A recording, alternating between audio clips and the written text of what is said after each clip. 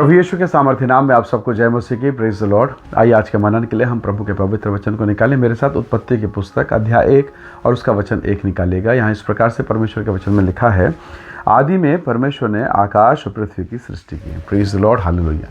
प्रभु के लोगों, सबसे शुरुआत में परमेश्वर ने आकाश और पृथ्वी की सृष्टि की। जब इस वचन को आप पढ़ते हैं तो ऐसा लगता है ये वचन अपने आप में कंप्लीट है। कैसे कंप्लीट है?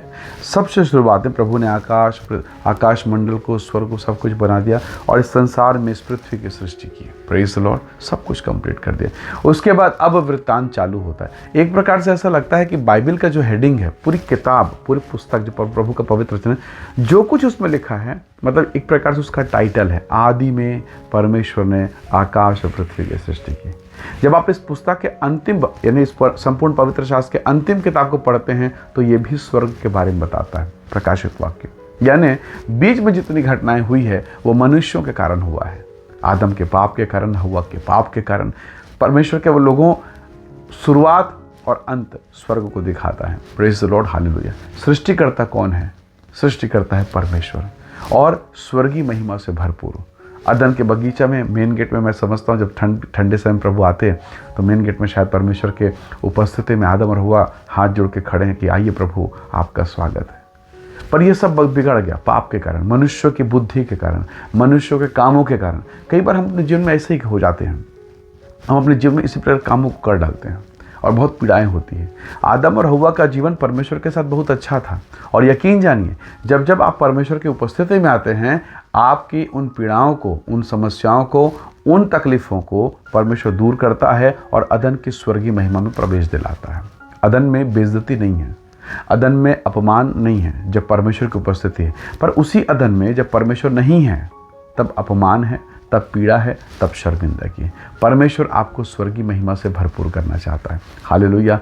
आदि में परमेश्वर ने आकाश और पृथ्वी की सृष्टि की। अगर मैं एक छोटा बच्चा हूँ, मान लीजिए एक छोटा बच्चा, कितना अच्छा राइटिंग बनाएगा, पर वही बच्चा अगर अपने पेन को, जिससे वो लिखता था, जिससे खराब राइटिंग, उसी पेन को अगर अपने टीचर को दे दे तो उसका टीचर बेस्ट लिख सकता है, क्योंकि वो टीचर है। उसे अक्षरों का अच्छा ज्ञान है, लिखना कैसे उसे पता है। प्रभु के लोगों, आपका परमेश्वर जिसने आपको बनाया, जिसने आपको सृजा, उसे अच्छे से पता है, उसे अच्छे से मालूम है। मेरे घर का अगर वॉशिंग मशीन बिगड़ जाए तो लोहार उसे नहीं बनाएगा, साइकिल वाला नहीं बनाएगा, केवल वही बनाएगा जिस कंपनी ने उसे बनाया, और अच्छा बना के देगा। चाहे कितना भी खराब दशा बना सकता है वो, क्योंकि वो उसका निर्माता है। अगर कोई पार्ट्स खराब हो वो रिप्लेस कर सकता है। क्यों? क्योंकि वो निर्माता है। कई बार हमारे जीवन में गड़बड़ी होती है, फैमिली लाइफ में।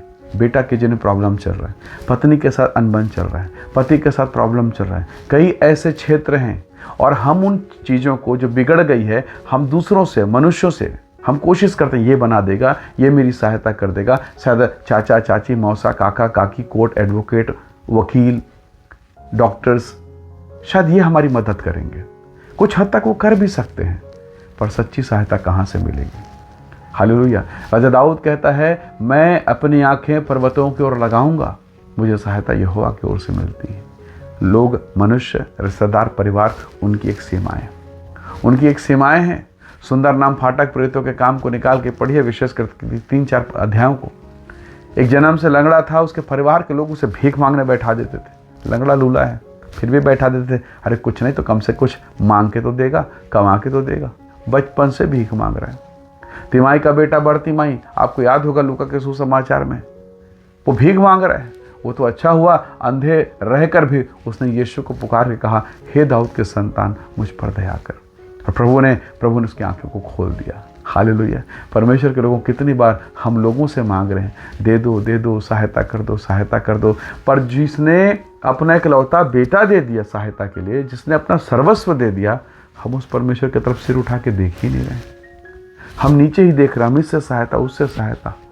आदि में परमेश्वर ने आकाश पृथ्वी की सृष्टि की। उसने मेरी और आपकी भी सृष्टि की, उसने मेरे जीवन की भी सृष्टि की, उसने मेरे परिवार की भी सृष्टि की। हालेलुया। हम विवाह में परेशान हैं, जबकि बाइबल में हमने पढ़ा, जिसे परमेश्वर ने जोड़ा उसे मनुष्य अलग ना करे। हालेलुया। जोड़ने का काम परमेश्वर का है।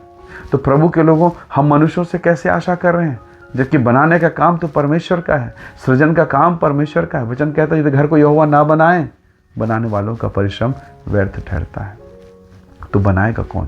परमेश्वर। और हम किस पर आशा लगाएं?